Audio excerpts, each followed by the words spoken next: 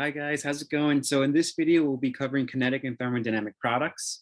Now, in order to approach these type of questions, let's go over some theory behind it and take it step by step to understand how everything comes into play. All right, so for kinetic product. So usually what we want to do to find the kinetic and thermodynamic product, we always want to create the most stable carbocation. That stable carbocation will help you find the kinetic product. And then the same intermediate will also help you find the thermodynamic product.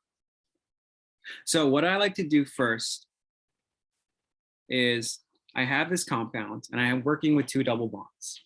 So what I like to do first, I like to test which one of these double bonds is going to give me the most stable carbocation.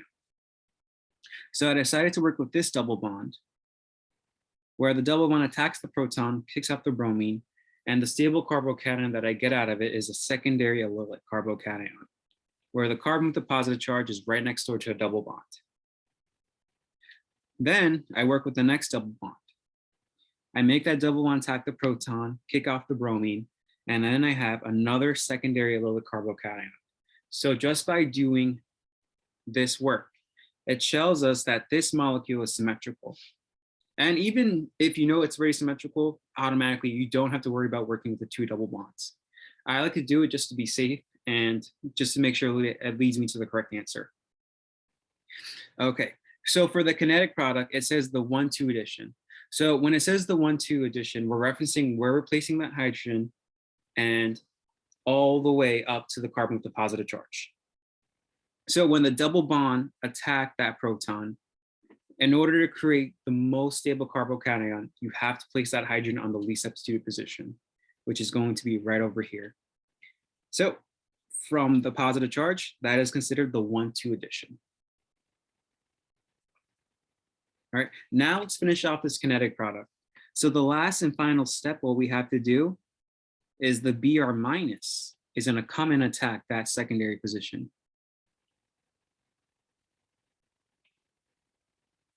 And then we have our kinetic product.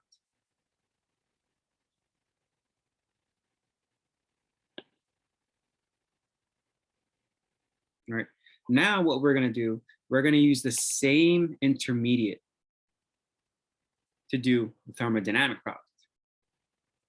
So I'm redrawing the intermediate here at the bottom.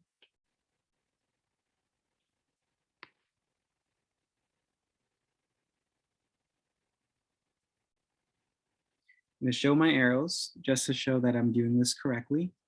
Attack the proton, kick off the Br. All right, now for the thermodynamic product, the activation energy is so high, and the reason why, it goes through resonance. And for resonance, we always want to create a most stable double bond. So this is what we're going to do. We're going to have some resonance arrows. And we're going to show the curved arrow of moving that double bond. And as we move that double bond, we are going to have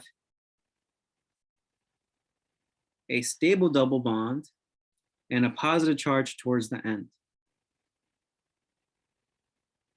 All right, so that last and final step, we're just going to make the Br come and attack it, and then we get our final answer.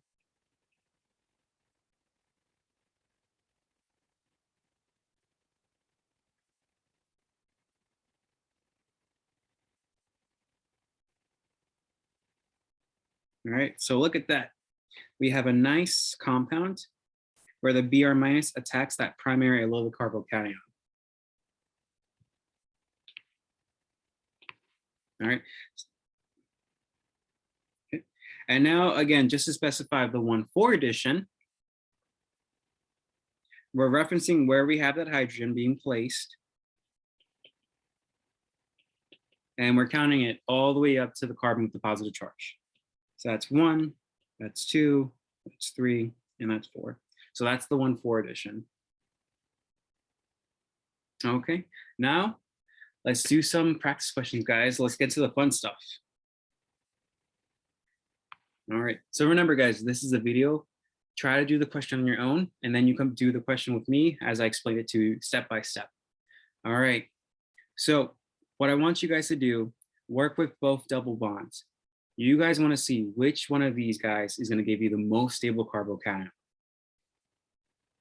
Okay, so what I'll do first, I'm going to redraw these compounds again twice.